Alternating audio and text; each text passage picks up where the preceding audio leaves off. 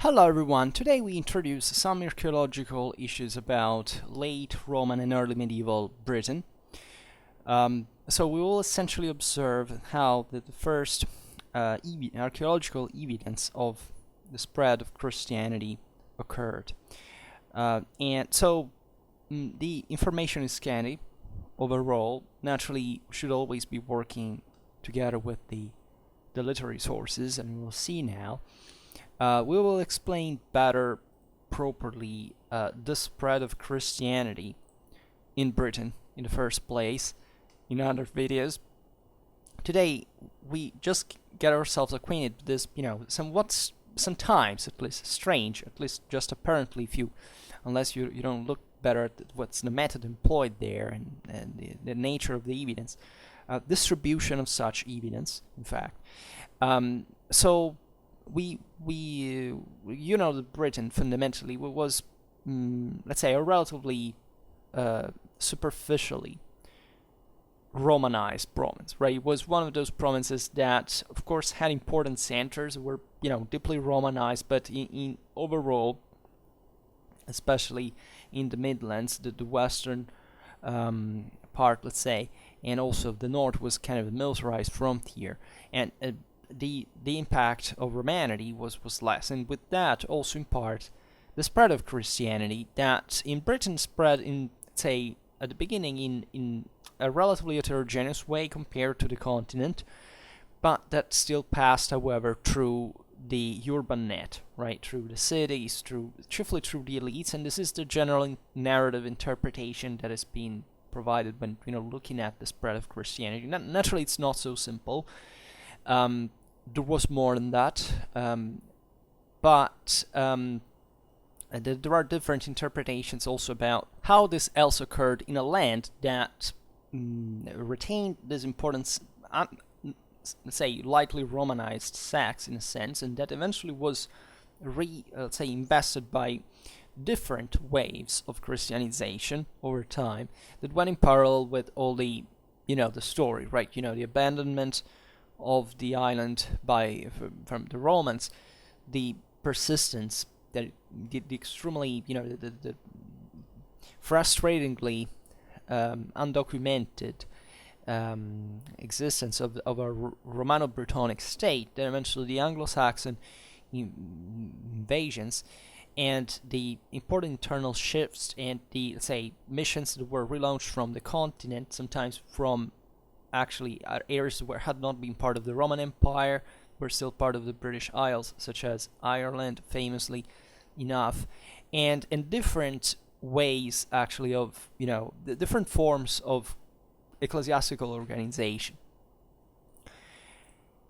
Archaeology naturally is based on evidence that is not homogeneously, that doesn't represent the entirety of reality. While documentary sources, literary evidence is somewhat more comprehensive because it's trying to make a synthesis already by itself, and it says very meaningful things sometimes. Archaeology, even when it's very consistent, in some cases, may exist just, it normally exists more in forms of evidence more randomly, and for reasons that may be very, if not completely, detached from the actual amount of of evidence that exists there in absolute terms and what was like there at the time.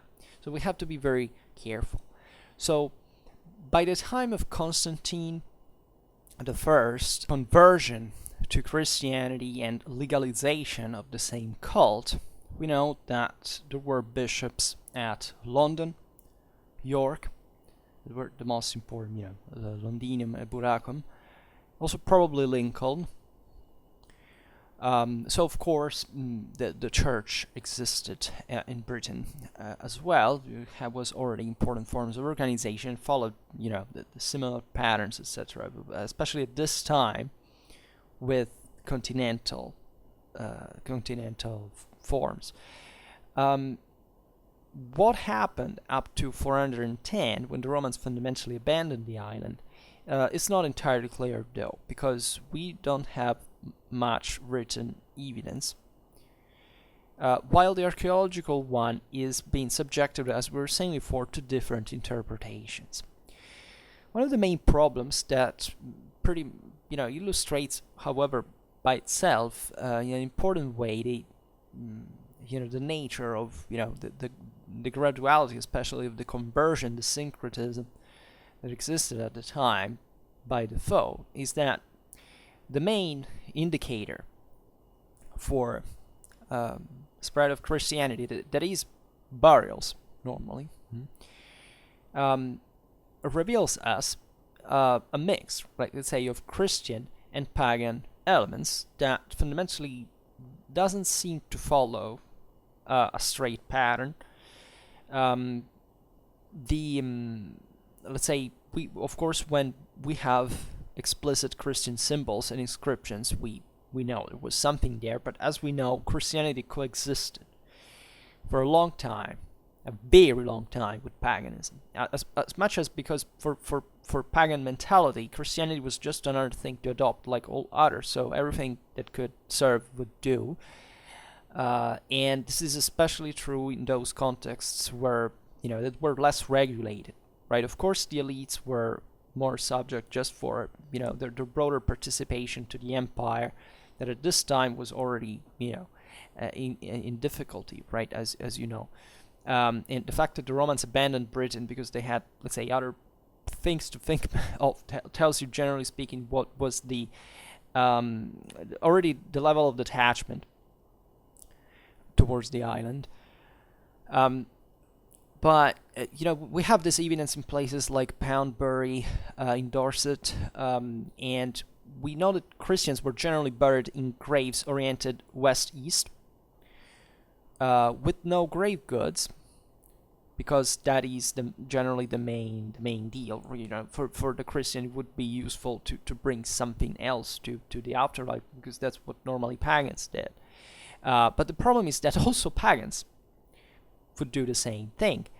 The west-east axis of the graves, that is naturally meant to make the dead facing the rising sun, so the come of Christ. It's something that actually existed in paganism as well.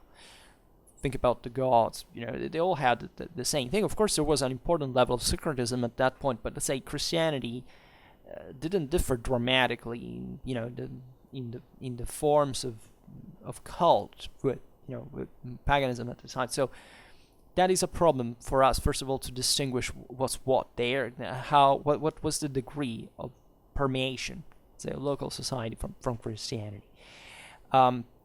We even have a Christian burial with grave goods, or oriented differently. So that's why you can't follow the pattern. Similar problems happen even with more important finds, such as the identified churches, let's say buildings that have been identified. It's not always clear, even on that occasion, with Christian churches specifically. Think about the so-called church, in fact, because we're not sure, at Silchester. And there is naturally a mapping that's being done of all the various Christian, let's say, finds, broadly meant, that if we were to make, in fact, the broader picture of it, to understand where Christianity was more concentrated at that point, shows definitely an evidence from, let's say, down the east side of Britain from York southwards. This is important. The importance of York. That's where Constantine, Constantius, Clovis. That's where the main centers of power. And naturally, going south and east, normally you had the most developed areas, the ones that, in fact, the Romans had fundamentally colonized and and expanded from the most. Why? Because they were the richest, of course. And in the south of Britain, such evidence extends west as far as Dorset. Now, the other areas like the western counties in general and parts of the Midlands remain at this point in time, in the fifth, during the fourth, beginning of the 5th century, largely blank, apart from scattered Christian symbols, some building materials, a few portable finds. So naturally, something that is relatively easier to find, that also could be moved the most. It's not a grave, it's not a church, right? So it's something less, let's say, rooted to the territory proper. It's just people that move and do stuff. However, such distribution naturally doesn't actually picture, doesn't overlap, because we have not much of an idea. Now we'll try to comment on it, whether such concentration in the east of Britain actually corresponds to a higher concentration of Christianity. Because archaeological evidence is not enough. It's just one of the elements.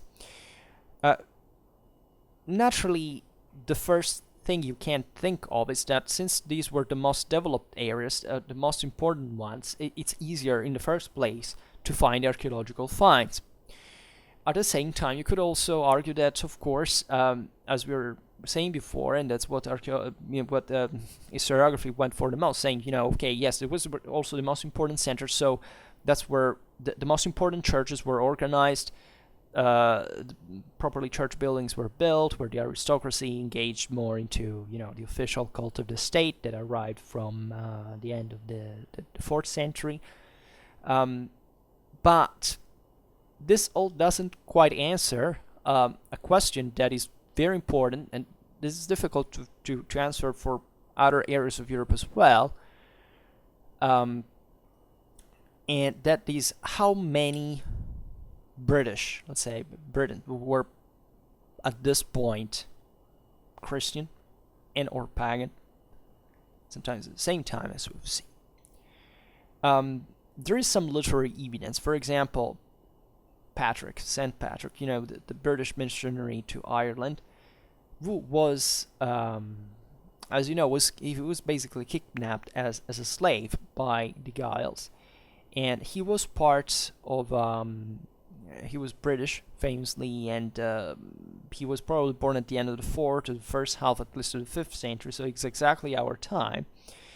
And we know that his family had been Christian from at least 2 generations, because his father was a deacon, his father a priest. And when the Irish raids struck, he lived presumably somewhere in western Britain. It could be, I don't know, maybe even inland, we don't know, but of course it could be easier to be reached by the Gaelic raids from the Irish Sea. And the story goes as Patrick's kidnappers, quote, did not obey our priest. So it was at this point, pretty clear that Britain had a Christian community, even in these western areas that, as we've seen, have less evidence of it. So this by itself also speaks for the fact that archaeological evidence is not enough to determine certain things. But archaeology is still valuable because it still offers information on the type of people, like social classes, that had embraced Christianity. As we were saying before, the Vulgata is fundamentally that Christianity in Britain, in Romano-British society, would be mostly an aristocratic and urban phenomenon, like in other areas of the Roman Empire. And archaeology does seem to confirm this, right? For example, there's a beautiful, major evidence, the discovery of the church built in the middle of the Forum at Lincoln, right? Also, there is the house church at Ludlingstone, the Ludlingstone Villa in Kent. And these surely show, of course, in the first case, the Forum of an important center, the second, an aristocratic estate, fundamentally, the presence of quite special, quite, a church, and in the villa there is a Chi-Rho, a beautiful fresco that is quite eloquent with the Alpha and Omega, and all the Christological symbolism attached, and more. So of course the elites of the empire, the Romano-British, would be Christianized at that point and would essentially identify themselves as Christians. There is also evidence of Christianity reaching as far as the Roman fort at Richborough in Kent, small towns, so lesser provincial areas, let's say, in places like Icklingham in Suffolk, Ashton in Northamptonshire, and Wigan-Holt in Sussex. This naturally tells us also that, because the deal that we'll observe in another video is what actually happened to this world, right? And how, given that the Romano-British society was in part, consistently Christianized, how did that, affect eventually the relation with the Anglo-Saxons, the further, let's say, re-evangelization of Britain from Rome, because sometimes it's been said like, the Anglo-Saxons arrived, they were just pagans, and the essentially the British Church didn't make it to convert them, and this is not entirely true, right? Before the Romans, the Roman missionaries arrived once again, but we will not discuss it today. But surely this is also important because the smaller centers tell us that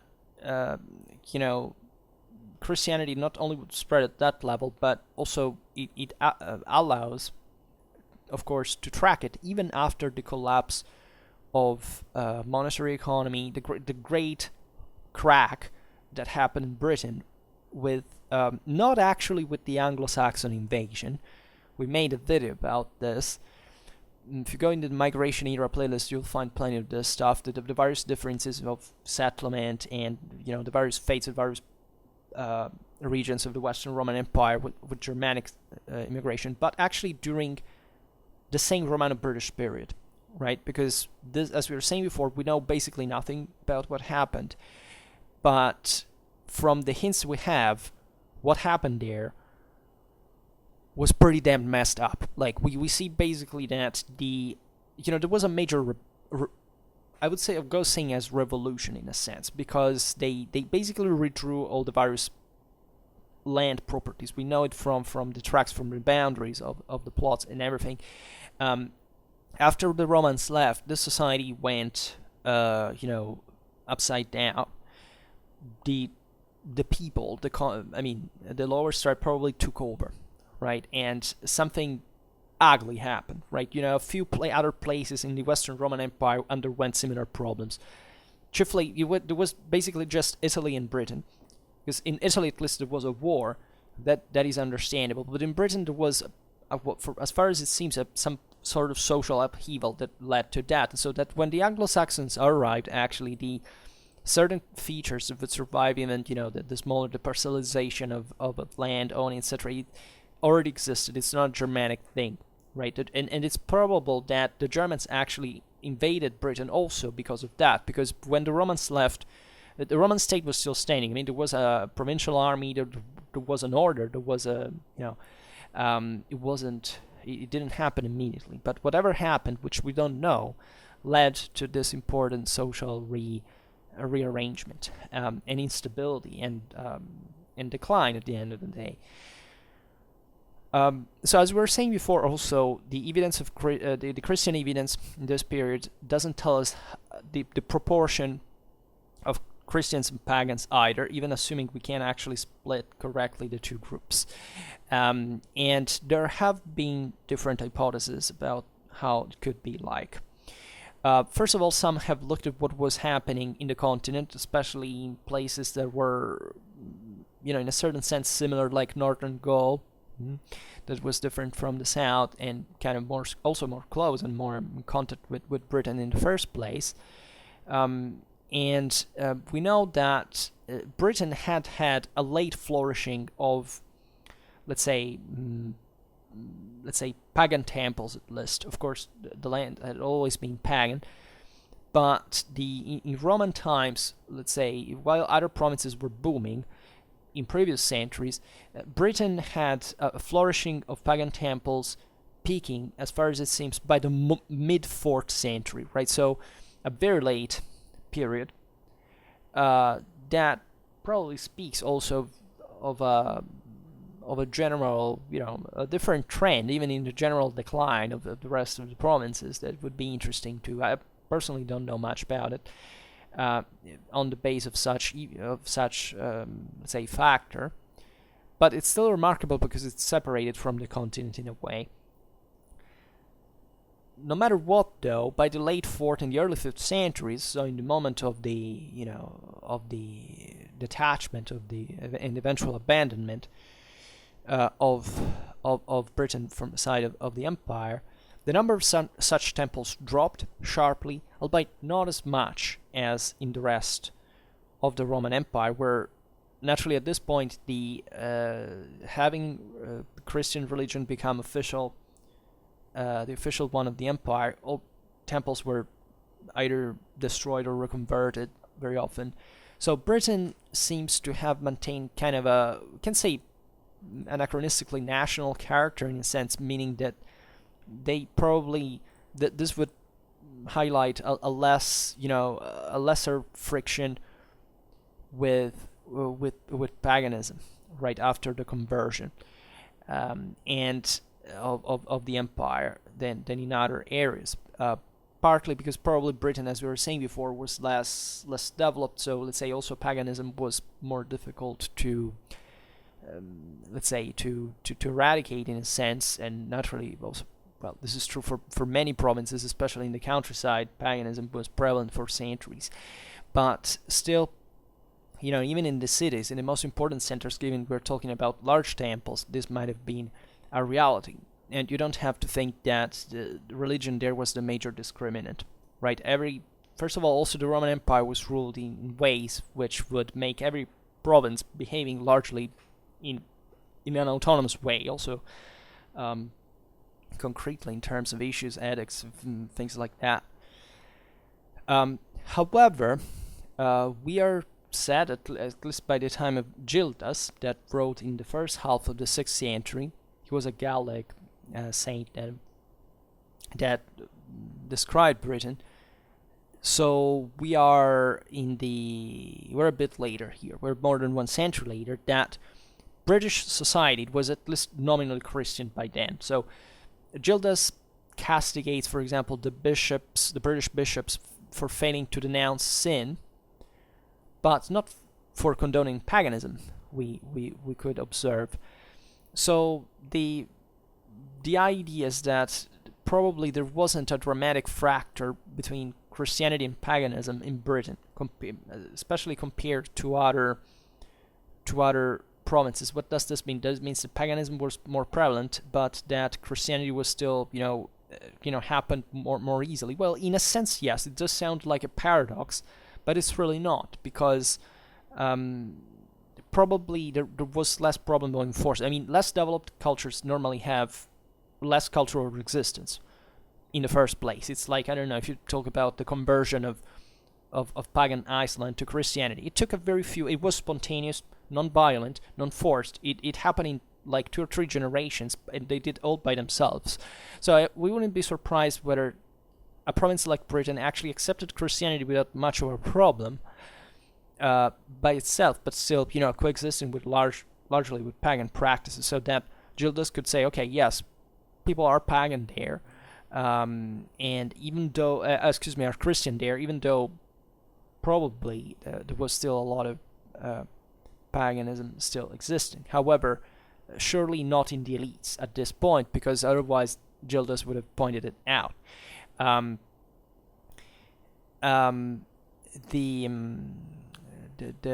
is surely a lot of paganism remaining in the countryside. This is made clear, for example, by the life of Saint Samson.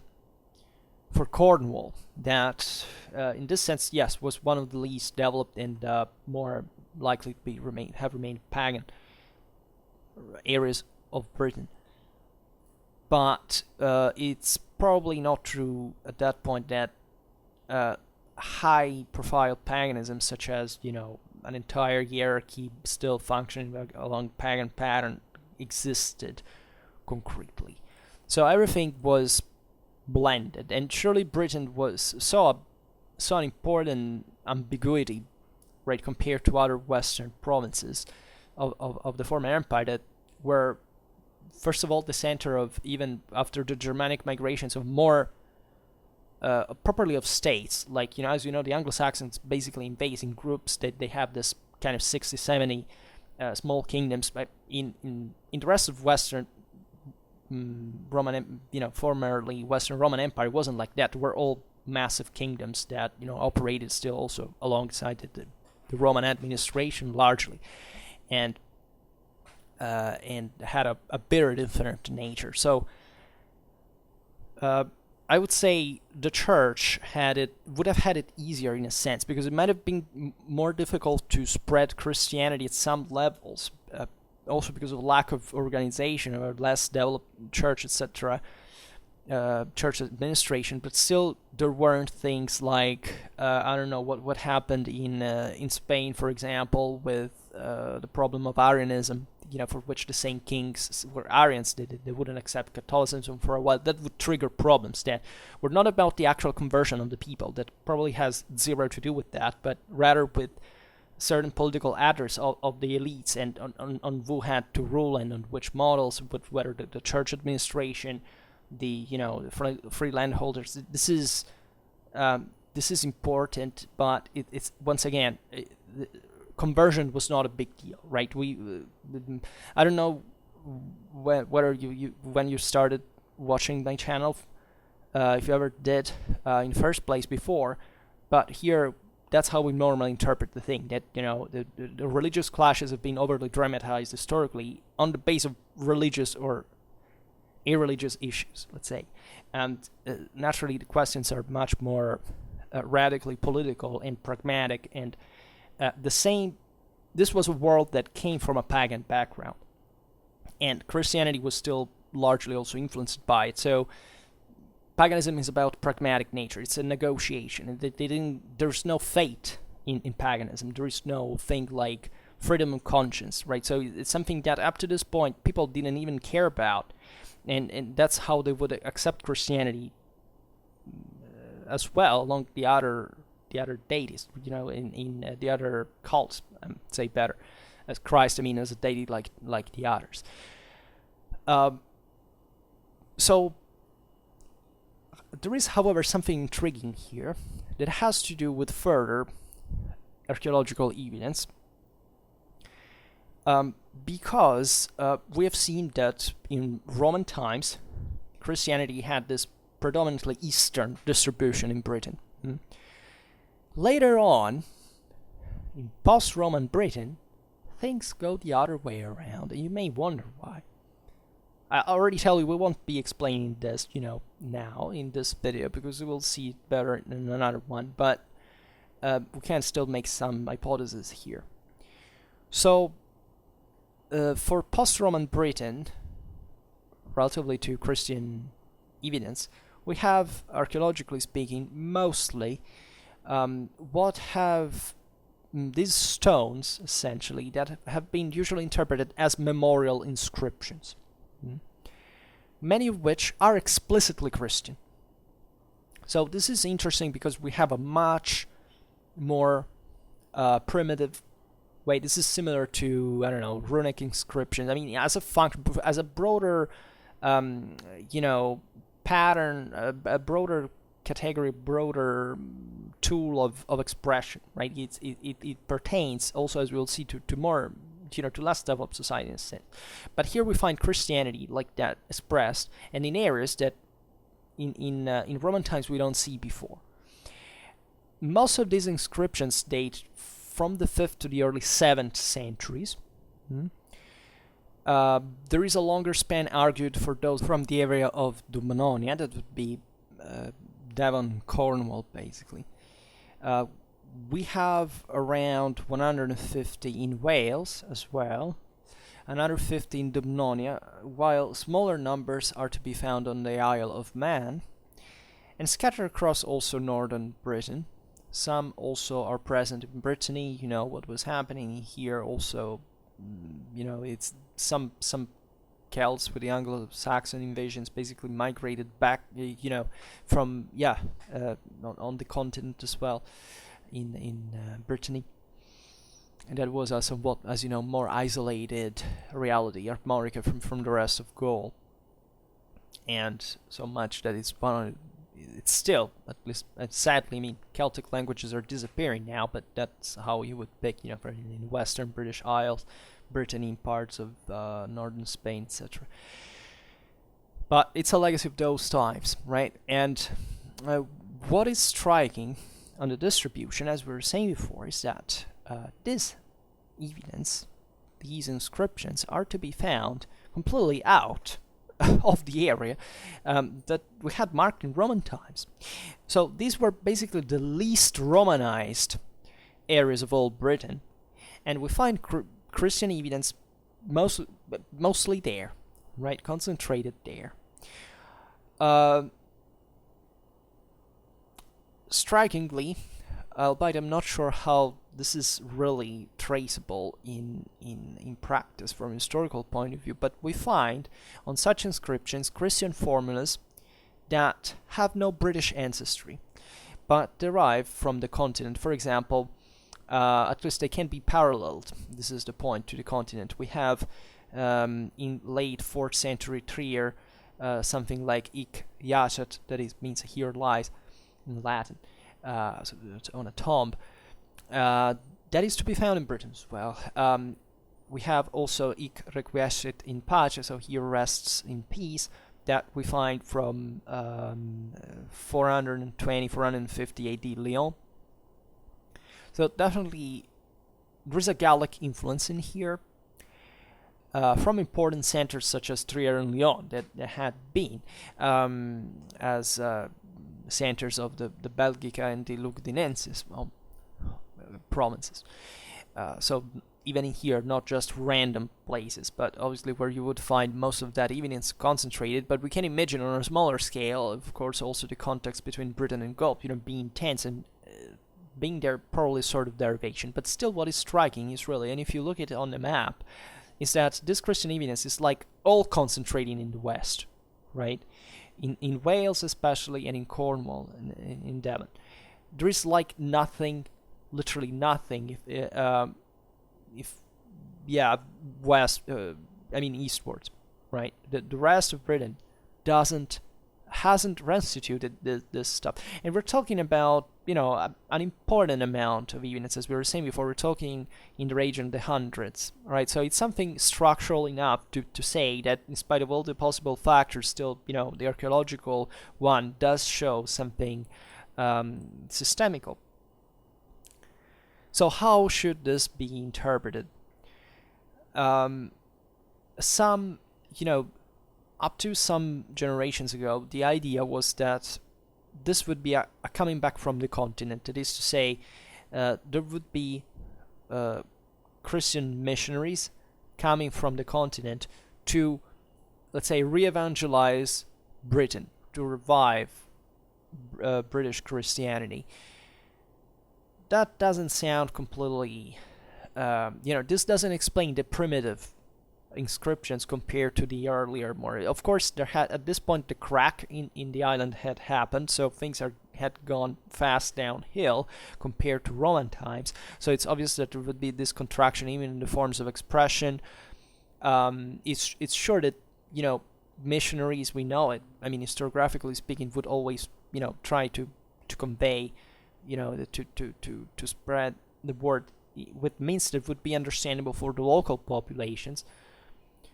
But at the same time, if we talk about Gaul, it's an area where there was no rupture, there was no hard break, right? Late antique society kind of transformed more gradually, right? Of course, yes, maybe northern France, but faster. But there was no crack with the Frankish invasion, right? And on the contrary, there was the creation of maintenance of a proper and ever more elite kind of clergy, with the Merovingians installing it in place of power in the Gallo-Roman society. all these events should have not necessarily also been work of missionaries. It might have been of the same local rural population, also part of commercial elites that maybe settled there, had a living. But the general suggestion that I propose, and I think it's also what historiographically is being come there, is that fundamentally there might have been a migration fundamentally of many Christians from the east to the west, right? This is also not, maybe it's not even the more important factor in relative terms, but it still speaks of what generally happened with, in part, with, let's say, gradual isolation of the Romano-British elements towards the west, the permanence of a more Celtic substratum in the west, whereas compared to the more Germanized east.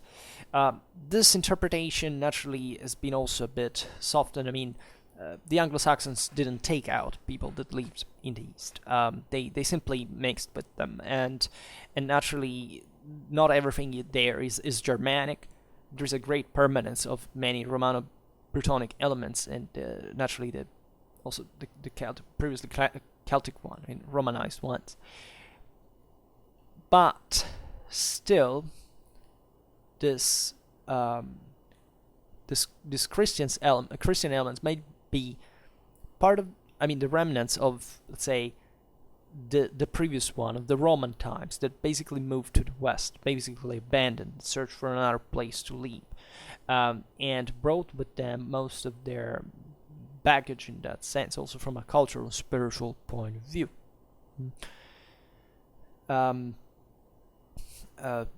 Monastic influence is also possible, of course. Monasteries were, let's say, humbler centers of culture. This time, the highest learning was, of course, proper of bishops and cities. Monasteries usually were more modest centers of culture at this point, and properly different from the episcopal, let's say, diocesan reality. Here there is all the problem also of the spreading of Christianity in Ireland, that would, as you know, eventually play an important role in the evangelization of also re-evangelization of Britain, in a sense, but today we don't quite talk about that. There is surely a Gallic influence.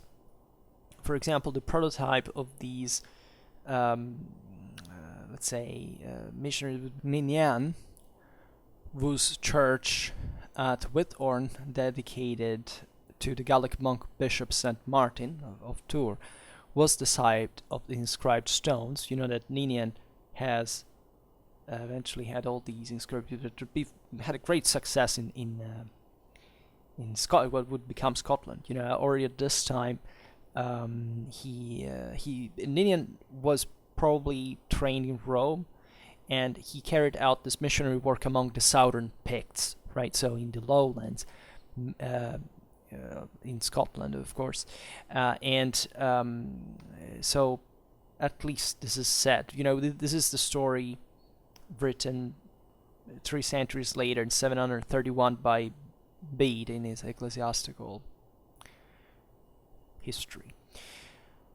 But still, we see there, of course, there was a continental connection, and it would keep happening.